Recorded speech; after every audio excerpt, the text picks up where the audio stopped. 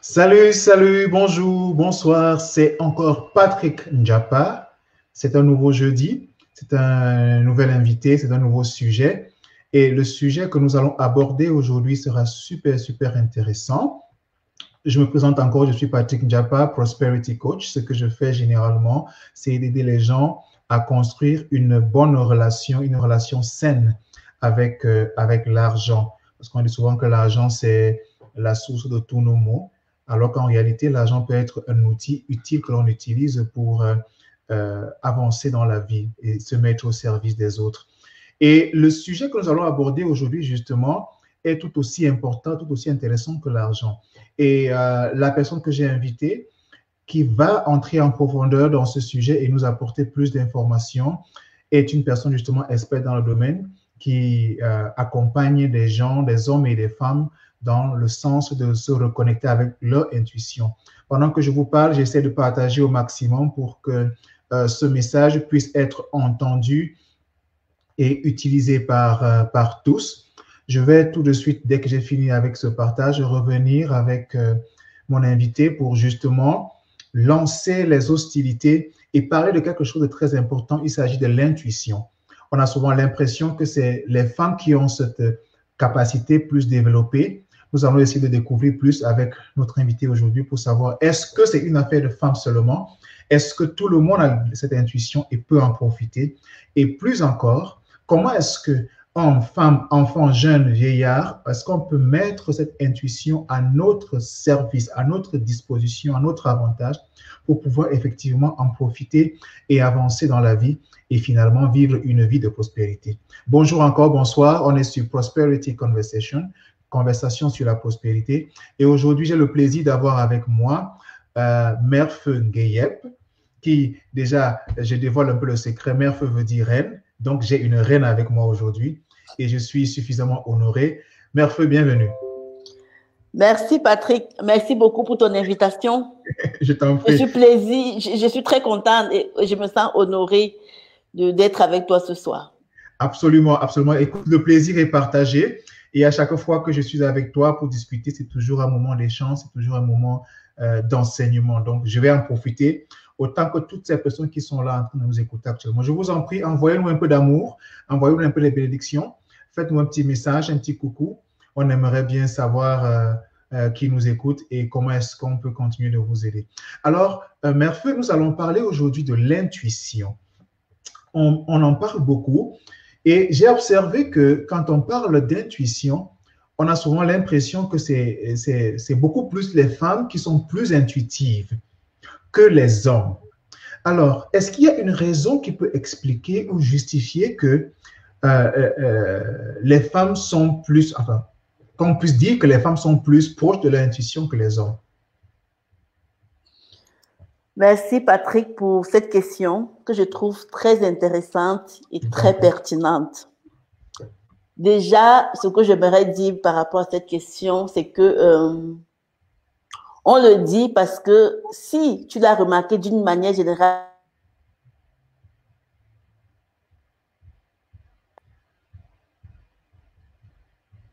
oui, d'une manière générale. On dit que les femmes sont très sensibles. Oui. Justement, c'est parce qu'elles sont connectées à cette partie d'elles-mêmes, à ce qu'elles ressentent au plus profond d'elles. Mais les hommes aussi. Les hommes aussi. C'est juste que les hommes, ils ont...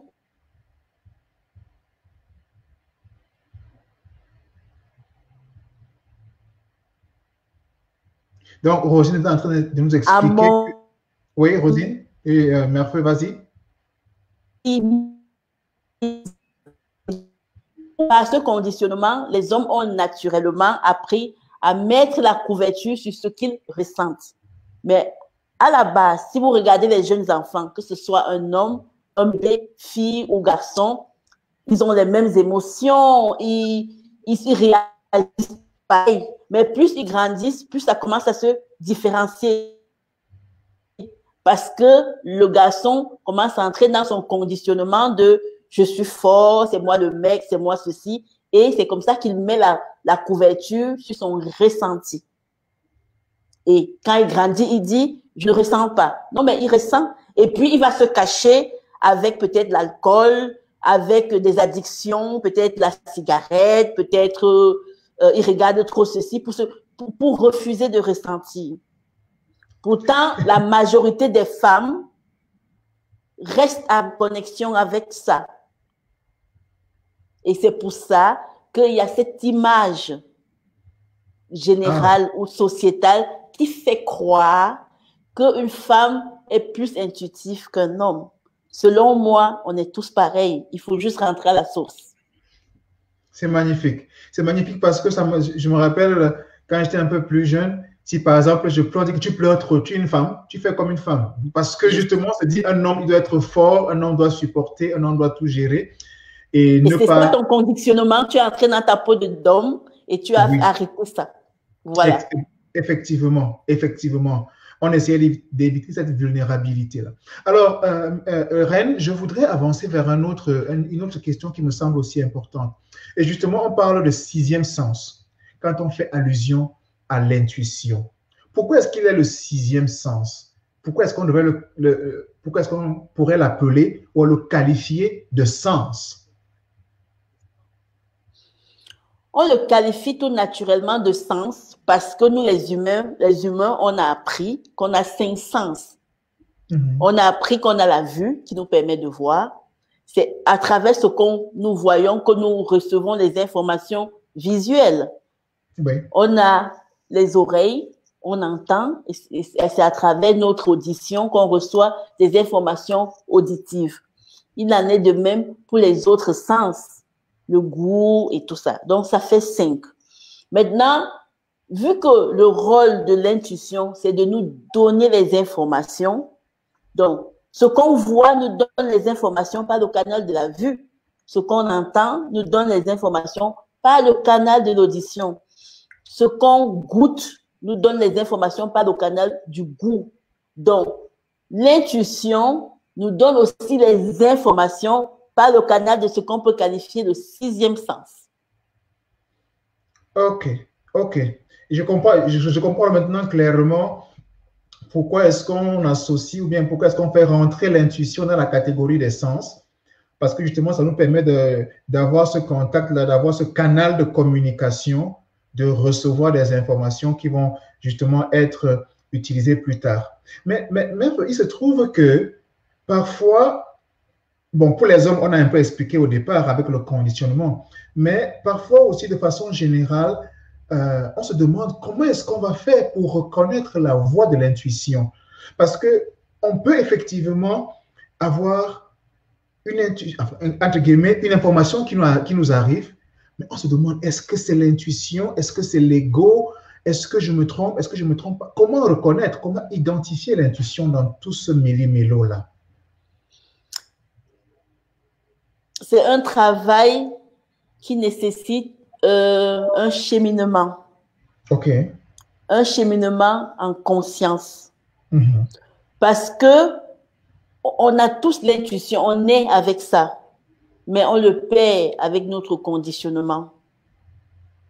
Maintenant, quand on veut être reconnecté à ça, ça veut dire qu'il faut se déconditionner. Concrètement, ça veut dire quoi? Ça veut dire que il faut apprendre à... Par exemple, on est conditionné aussi par nos croyances. Une personne qui croit peut-être qu'une femme sportive n'est pas faite pour lui, s'il a ça dans sa croyance et que il voit une belle femme qu'il adore et qui se rend compte qu'elle est sportive, il va se dire « Ah, je peux pas ». Mais il a déjà reçu l'information de son intuition qui lui a dit « Mais elle est belle, elle a des bonnes habitudes, elle me plaît, elle me correspond. » Mais sa croyance qui est une femme sportive, ça vaut pas la peine, va faire qu'il se limite, il va pas l'écouter. Donc, nos croyances sont des handicaps. Notre conditionnement, comme je parlais tout à l'heure du conditionnement d'homme, qu'on va dire que tu pleures. S'il ressent le besoin de pleurer, parce qu'au fond de lui, il sent que son âme est triste et que c'est pleurer qui va aider à apaiser son âme, Il va se dire, non, non, non, il faut que je bois un coup, comme ça je ne pleure pas, je suis un mec, il faut que je montre que je suis fort. Donc, tous ces éléments nous coupent de notre intuition, en fait. Et du coup, comme on ne peut pas écouter notre intuition tant qu'on reste dans notre conditionnement, tant qu'on reste dans nos croyances et tant qu'on reste dans notre analyse mentale. Parce que notre ego a sa fonction de vouloir nous protéger.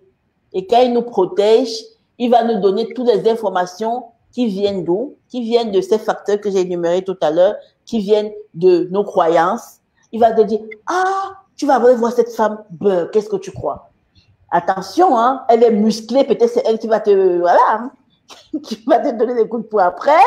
Donc, attention. Mais qu'est-ce que tu crois? Le conditionnement va lui dire, va faire mettre en marche son ego, ses pensées, qui vont lui dire, ah, tu pleures.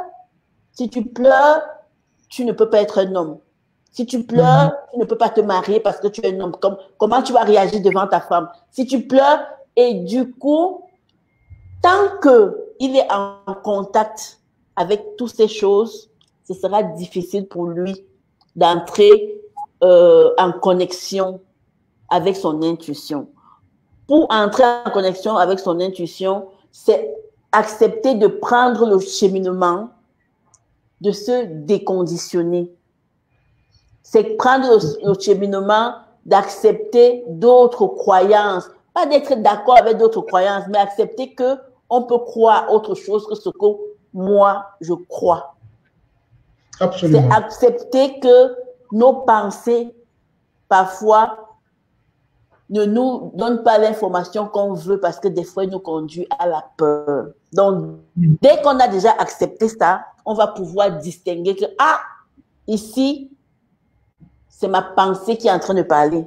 Ici, c'est ma croyance qui parle. Ici, c'est mon conditionnement qui parle. Donc, par ce cheminement et cet apprentissage, on va pouvoir distinguer les choses. Et dès qu'on sait distinguer les choses, on va voir qu'il y a cette voix qui nous parlait déjà, mais qu'on n'écoutait pas. Absolument. Donc, c'est encore un apprentissage, en fait. Donc, quand tu parles de, entre guillemets, ça c'est le terme que j'utilise, se déconditionner pour se reconditionner ensuite, ou bien pour accepter, ça suppose qu'il y a un processus. Ça ne tombe pas du jour au lendemain. Donc, il faut une certaine patience pour comprendre que ce qui a pris des années à s'installer va aussi nécessiter un certain temps pour que ça dépend de notre capacité. Ce n'est pas nécessaire que ça prend aussi des années, mais ce qui est sûr, ça ne sera pas en un jour. Ça, c'est sûr. Ce sera véritablement donc, il faut un certain temps. Il faut un certain temps, mais pas nécessairement des années. Et selon notre capacité de pratique. D'accord, d'accord, d'accord. Et si on veut s'inscrire dans cette logique, dans ce processus-là, quelle est l'une des questions fondamentales que l'on peut se poser pour remettre en cause son système de croyance et donc sortir de ce, entre guillemets, piège-là pour une nouvelle destination? Justement, l'un des principes quand on veut apprendre à développer son intuition, c'est d'apprendre à se poser des bonnes questions. Si on est capable de se poser des bonnes questions, alors on aura des bonnes réponses. Donc, si peut-être tu te fais mal au pied et tu te dis, je me suis fait mal au pied, c'est sûrement la faute de tel parce qu'il est passé en ce moment. C'est sûr que si tu vois les choses de cette façon, tu auras une réponse. Donc, l'autre est passé à tel moment, voilà. Donc, maintenant, si tu te poses la question, qu'est-ce qui a fait en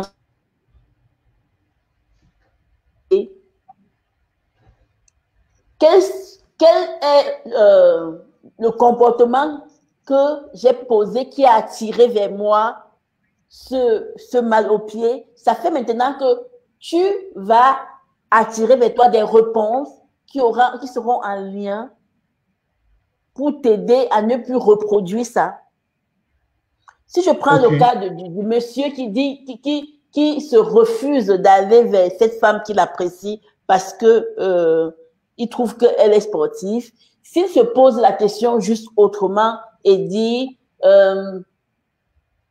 qu'est-ce qui m'empêche d'aller vers cette femme, il va se rendre compte que c'est son conditionnement. Oui, absolument. Absolument. Et puis il va se dire, si je n'avais pas ce conditionnement, si je n'avais pas cette croyance que les femmes sportives sont comme ça, est-ce que je m'autoriserais à? Ça, j'aime cette tournure. J'aime cette tournure parce que ça permet de mettre les choses en perspective. On se dit, OK, d'accord, j'ai cette croyance. Elle me permet de penser ci, elle me permet de penser ça. Mais si je mettais de côté cette croyance, est-ce que je me comporterais de la même façon? Je pense qu'effectivement, c'est une question clé qu'on devrait se permettre de se poser, quoi. Tout à fait. Absolument, absolument. Écoute, je voulais dire merci à Youssouf Man qui passe par là, et à toutes ces personnes qui sont en train de regarder ou qui ont regardé avant ou qui vont regarder après. Merci beaucoup votre support, et le fait de vous savoir présent et présente nous donne la joie au cœur et nous fait comprendre que le message que l'on envoie tombe dans les terrains fertiles. Alors, j'avais prévu une question pour toi, mais je pense que dans le développement que tu as déjà fait, Merfeu, tu as abordé un ensemble de réponses à ces questions-là. Parce que j'allais demander qu'est-ce qui nous pousse souvent à mettre notre intuition sous silence. Mais très clairement, tu nous as fait comprendre que notre conditionnement, nos croyances peuvent justement être des raisons ou bien ce qui nous pousse à ne pas être à l'écoute de notre intuition. Alors, maintenant, je voudrais entrer un peu dans ce que toi tu fais. Hein, j'ai fait exprès de ne pas t'introduire au début pour que tu aies l'occasion de le faire maintenant. Qu'est-ce que tu fais au quotidien? Et relativement à l'intuition, comment est-ce que tu accompagnes les gens dans ce sens-là? Voilà, merci pour cette question. Écoute, je suis coach de l'âme. J'accompagne les personnes à aller vers leur projet, à réussir leur projet en se connectant à leur intuition et en se libérant de leurs blessures émotionnelles. Donc, vu qu'on parle ici d'intuition, je vais m'appesantir là-dessus. Donc, concrètement, lorsqu'une personne vient me voir et me sollicite pour l'aider dans la réussite de son projet, je vais d'abord vérifier s'il n'y a pas, s'il a pris conscience de toutes ses blessures et s'il n'y a plus un blocage à ce niveau. OK. Rosine, Merfeu? Ça, c'est un peu figé, mais Merfeu est en train de nous expliquer comment est-ce qu'elle travaille, comment est-ce qu'elle accompagne les hommes et les femmes sur le chemin de la croissance, du développement et de l'épanouissement. Et une des choses qu'elle fait précisément, c'est de se rassurer qu'à la base, il n'y a pas un blocage, qu'il n'y a pas quelque chose qui peut justement bloquer, empêcher cet épanouissement-là. Ce qui me permet de te poser une question, Merfeu. Est-ce qu'il y aurait donc un lien entre ce blocage et le fait qu'on ne soit pas attentif ou ouvert ou encore réceptif à la voix de l'intuition qui nous parle constamment? Tout à fait, c'est fondamental. C'est justement ça, parce que nous sommes des êtres plus ou moins blessés selon les différents niveaux. OK. Nos blessures nous empêchent de nous épanouir parce qu'on le réactive à chaque fois qu'on est en contact avec quelque chose qui nous dérange. Et ces blessures ne sont pas forcément les blessures volontaires? Ce sont les blessures qui nous viennent généralement de l'enfance. OK. Qui ont été activées durant l'enfance. Concrètement, si je prends le cas d'un enfant qui, étant petit, sa maman lui a dit « Ah, tu fais encore pipi au lit à ton âge ?» et que cet enfant prend peur, ça peut faire naître en cette personne un sentiment de honte, de culpabilité. Ouais. Et l'enfant comme elle n'a pas accepté que son parent lui dise ça. Donc, ce qu'il faut dire déjà, c'est qu'une blessure, c'est déjà comme une émotion. Et l'émotion est une énergie qui circule en nous et qui est passagère normalement. Parce que si tu ressens la tristesse, après quelques minutes, ça passe, tu passes à autre chose. Il en est de même pour la colère, la peur et tout ça. Même la joie, hein, quand on ressent la joie, après un moment, on voit qu'on passe à autre chose. Mais prenons le cas maintenant pour une personne que cette émotion est restée bloquée. Elle n'est pas passée. Elle est restée dans son corps. Donc, l'enfant n'a pas accepté que sa maman lui dise ça. Et cette information a fait naître en elle une blessure d'humiliation. Mm-hmm. Une blessure d'humiliation. Donc, elle s'est sentie humiliée face aux propos de son parent. Ce qui fait qu'aussi longtemps que cet enfant n'aura pas laissé passer cette émotion, cette énergie bloquée, elle va attirer les situations de sa vie qui vont lui faire revivre la même situation jusqu'au moment où elle va prendre conscience et qu'elle va laisser libérer.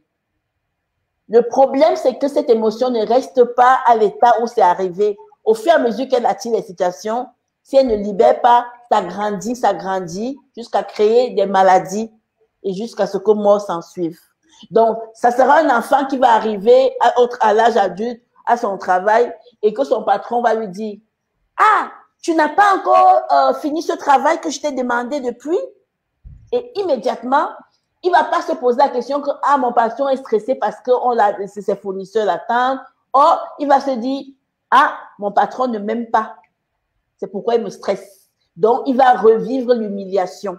Donc, face à la même situation que les gens se seront comportés différemment, mais lui, il vit l'humiliation. Et donc, cet enfant, il a vécu son humiliation depuis petit jusqu'à quand il a grandi. Hein. Il a toujours, et c'est gros maintenant, parce que ça s'active à chaque fois qu'on dit un mot, une phrase qui le connecte à cette énergie. Et la conséquence, c'est que quoi? C'est au niveau professionnel, il est mal à l'aise. Il n'arrive pas à prospérer. Avec ses collègues, ça ne va pas. Dès qu'on lui dit quelque chose, il n'arrive pas. Donc, il ne peut pas avancer tout simplement parce que il n'est pas lui. Il est toujours en train d'activer ses blessures. Jusqu'au moment où il va prendre conscience que c'est cette blessure qui le freine. Et que la prochaine fois que son patron va lui dire « Ah, tu n'as toujours pas fini ce travail », il va se calmer, il va comprendre, il va dire « Peut-être j'ai pas eu le temps » ou « Ça fait juste 2 heures ». En tout cas, il ne va pas prendre contre lui. Et il sera capable de rediscuter avec son patron pour voir dans quelles conditions on peut améliorer le travail pour qu'il ne se sente pas stressé. Et du coup, il sera plus performant au travail et son patron va même le juger comme un bon un employé et envisager le promouvoir. Pourtant, il avait sa blessure, il devait toujours s'énerver et c'est pas une bonne énergie pour l'équipe. Ouais. Il n'arrivait pas à se remettre en question et c'est un frein pour l'avancée de l'entreprise dans laquelle il travaille. Absolument. J'aime bien l'exemple que tu prends parce qu'il est très terre à terre et tout le monde peut s'identifier et il permet aussi de passer un message clair. J'ai l'impression, je ne sais pas exactement où ça se passe, mais j'ai l'impression qu'il y a comme une mémoire qui fait que ce qui s'est passé 10, 15, 20, 30 ans plus tôt continue de rester à chaque fois qu'un événement se produit et nous rappelle ce qui s'est passé quelques années plus tôt. Il y a comme cette mémoire-là qui fait qu'on est toujours en train d'activer ce mauvais souvenir ou bien cette douleur ou cette tristesse-là. Et donc, si je comprends bien, ton travail va consister à permettre qu'on se libère de cette mémoire, de cette blessure-là. Okay? C'est comme un pansement que tu fais pour justement guérir ça et permettre que l'on reparte sur de nouvelles bases. Est-ce que c'est... Tout à fait, Patrick. Je vais sous le tapis, j'enlève le tapis. Oui. Je vois tout ce qu'il y a à l'intérieur. J'aide à nettoyer à parfumer. Et quand on est bien maintenant, c'est là qu'on peut se connecter à son intuition. Parce que tant qu'on a ça, on ne peut pas se connecter à son intuition. C'est impossible. On ne peut pas se connecter à sa petite voix parce que dès qu'il y a un événement, on prend contre nous. On prend contre nous. Dès qu'il y a une situation, ça active nos blessures. Et tant que nos blessures sont activées, ce sera difficile d'écouter notre voix intérieure. Donc, l'intuition s'exprime mieux dans un environnement bien précis. Tout à fait. Alors, supposons qu'on veut créer une recette. Oui. Ou alors on veut faire la description de l'environnement idéal dans lequel l'intuition, alors dans lequel nous pouvons être bien connectés à notre intuition, parce que l'intuition, elle est toujours là, elle ne s'en va pas, c'est nous qui ne l'écoutons pas. Alors, quelle serait la scène idéale dans laquelle nous pouvons être bien connectés ou facilement connectés à notre intuition? La scène idéale pour être facilement connecté à notre intuition, c'est être nous-mêmes, la source originale de qui nous sommes lors de notre incarnation. Dénué de notre conditionnement, de nos croyances, de nos pensées limitantes. Alors, c'est pour cela que lorsque, je m'excuse Patrick, lorsque quelqu'un a un projet, par exemple, son projet, c'est peut-être d'avoir une copine. Son projet, peut-être, c'est d'avoir des bonnes relations avec ses enfants. Son projet, peut-être, de trouver un travail. Son projet, peut-être, c'est d'ouvrir une entreprise. Et qu'il peine à avancer dans ce projet. Concrètement, il peine à s'épanouir avec ses enfants. Il peine à être épanoui dans sa vie de couple. Il peine à trouver un travail. Ou il a trouvé un travail. Il peine à s'épanouir dans ce travail. Ou il a un projet, il peine à monter ce projet, on va débobiner le fil pour voir ce qui se passe au niveau de ses blessures émotionnelles. Absolument. Et lorsqu'on a compris ce qui se passe au niveau de ses blessures émotionnelles, il y en a plusieurs de ces blessures. Là, j'ai juste pris un exemple. Lorsqu'on va trouver ce qui se passe au niveau de ses blessures émotionnelles et qu'on met le doigt dessus, moi, je vais l'accompagner à libérer cette blessure. Et lorsque la blessure est libérée, je vais l'accompagner à se connecter à son intuition. Parce que des fois, même si la blessure est libérée et qu'on dit, mon but, c'est de trouver un travail, de m'investir dans une entreprise, parfois, on se rend compte que juste pour faire ce choix, on a de la peine parce qu'on a habitué. Non, ma mère m'avait dit que c'est comme ça. Mon frère, j'ai suivi une formation qui disait que l'autre jour, j'étais à un séminaire, j'ai suivi. Et toi, qu'est-ce que tu veux? Absolument. Et toi? C'est magnifique, c'est magnifique. Je pense que ce sont justement des choses, j'imagine qu'on aurait pu ou bien qu'on devrait introduire ce genre de module-là à l'école, même à partir de l'école primaire. De la même façon qu'on a, c'est vrai que c'est sorti des programmes, mais je me souviens quand j'ai commencé à l'école primaire, on avait les cours d'éducation civique ou d'instruction civique. Je pense que les cours comme ceux-ci, la confiance en soi, l'intuition et bien d'autres modules de développement personnel devraient pouvoir être partagés ou bien enseignés à l'école pour qu'on puisse en profiter. Parce que finalement, l'enfant d'aujourd'hui, c'est l'adulte de demain. Et donc, c'est la société de demain. Il faut donc qu'on commence à travailler ça. Donc, voilà dans l'accompagnement que tu fais, voilà comment tu aides à débobiner le gros rouleau là et d'aller justement voir quelle est la source, résoudre le mal à la source et donc permettre ce nouveau départ là. Mais ça prend combien de temps? Si tu as un programme, par exemple, pour le faire, est-ce que c'est en une séance? Est-ce que c'est en 5 séances? Comment ça s'organise pour ceux qui nous écoutent maintenant et ceux qui pourraient nous écouter un peu plus tard? Il y a différentes séances, ça dépend. On peut décider de prendre la séance individuelle et ça dépend. Vous savez, on est tous humains, on est évolué à des stades différents. Il y a des personnes qui viennent me voir qu'eux, ils n'ont plus un problème de blessure parce que ils ont déjà pu mettre la lumière là-dessus et qu'ils ont juste besoin de se connecter à leur intuition pour avancer dans leur projet. Et là, moi, je leur propose la lecture d'aura intégrale en 3-4 séances environ. C'est fini. Il a la certitude, la clairvoyance de ce qu'il veut, la confiance et il n'y a plus de doute. Donc, pour cette personne, c'est facile. Donc, c'est vraiment au cas par cas. Et pour certaines personnes, il faut du coaching pour accompagner cette personne à voir tout ce que nous sommes en train d'expliquer. Parce que pour d'autres personnes, c'est vraiment du chinois. Mais sinon, je fais des ateliers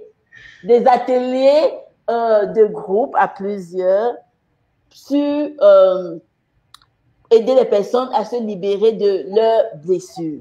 Et dans cet atelier, j'enseigne déjà ce que c'est qu'une blessure émotionnelle, les différentes blessures, les besoins qu'on a derrière ces différentes blessures, comment se connecter à sa propre blessure et comment se libérer de sa blessure. Cet atelier, c'est vraiment très intéressant pour les personnes qui pensent qu'ils sont encore sous l'influence de leur blessure émotionnelle. Ça, c'est vraiment impactant pour eux. Et actuellement, je suis aussi en train de préparer un atelier sur l'intuition pour expliquer aux gens les conditions pour se connecter à l'intuition, les différents canaux par lesquels on peut accéder à l'intuition et quel est le canal privilégié de chacun. Parce que le canal par lequel qui est privilégié pour moi pour accéder à mon intuition, c'est pas le même pour toi, d'autant plus que nous sommes tous différents. Sinon, j'ai mis aussi en place une formation sur l'alignement par les 4 corps où j'enseigne aux personnes à se connecter à leurs différents corps. Donc, notre corps physique déjà, savoir que notre corps physique a une grosse influence dans notre vie.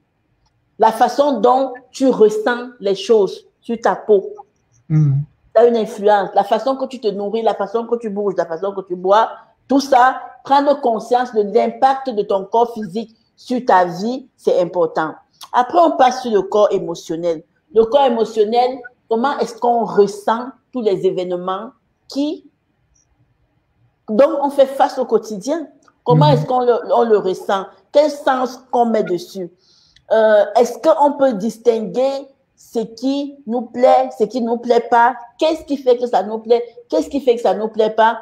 Comment est-ce qu'est-ce qu'on met en place pour se retrouver dans les situations qui sont plutôt qui vont plutôt dans le sens de ce qu'on veut ou pas. Le corps mental, on en a beaucoup parlé, avec nos croyances, nos blocages, nos pensées limitantes, notre voix intérieure, le langage, la façon qu'on se parle à l'intérieur de nous, qui nous empêche vraiment d'avancer. Donc, c'est mettre en lumière vraiment toutes les capacités de notre corps mental, parce que celui qui sait gérer son corps mental, qui est capable de penser qu'aux choses qui sont bonnes pour lui ou mettre en place un système de pensée qui convient à ce qu'il veut est déjà en alignement avec lui. Et après ça, on touche le corps spirituel. Le corps spirituel ici, c'est notre source, c'est notre raison d'être, c'est notre originalité. Est-ce que c'est en lien avec nos valeurs? Est-ce que l'acte que je suis en train de poser ici, je suis là maintenant avec toi, Patrick, en train de faire ce live avec toi. C'est quoi? Est-ce que ça a une valeur pour moi?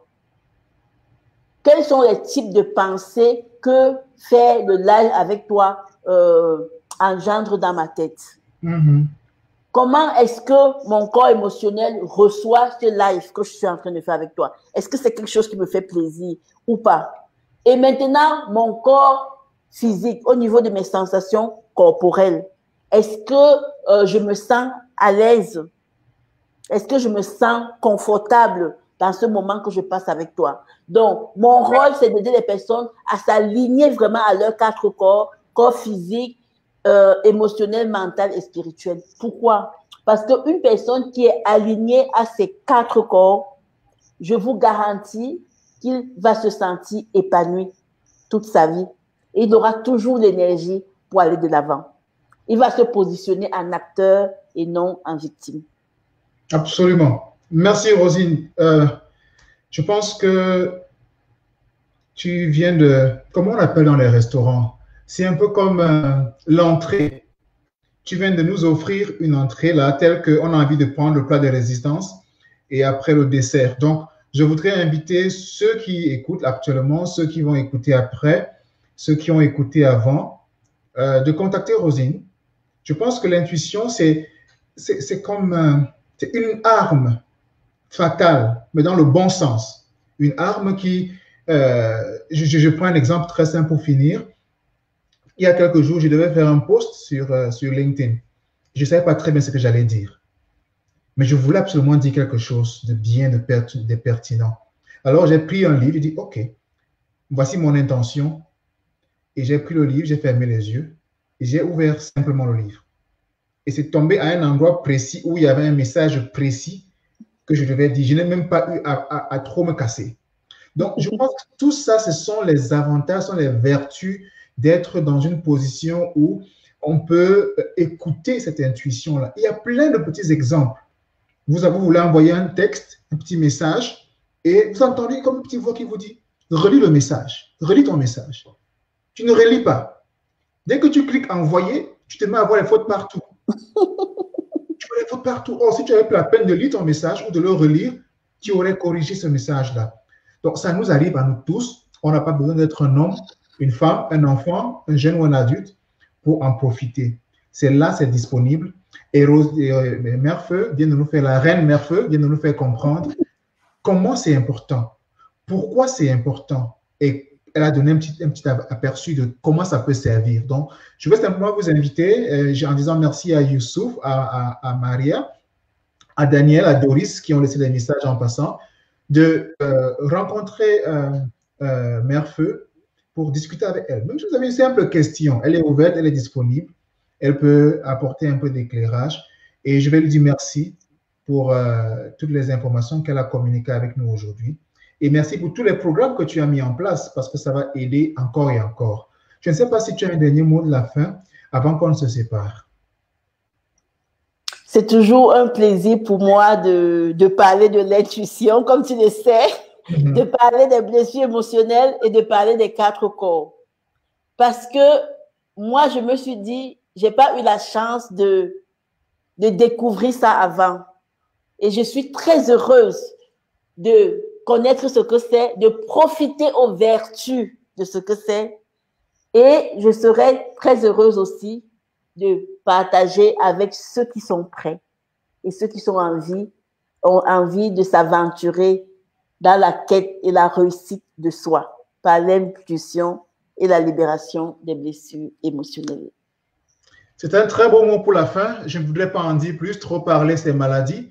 Il faut savoir quand s'arrêter, OK? Donc, merci encore, Rosine. Merci à toutes ces personnes qui sont passées par là. Merci à celles qui sont restées juste à la fin. Et en anticipation, merci à ces personnes qui vont écouter le replay. C'est toujours un plaisir. Merci Thierry pour le message. Merci Thierry qui passe par là et nous dit merci pour l'information et le partage. On va se retrouver jeudi prochain avec un nouvel invité, une nouvelle question à résoudre, une nouvelle thématique. Donc, portez-vous bien. Merci Mère Feu, la reine Mère Feu depuis la Suisse.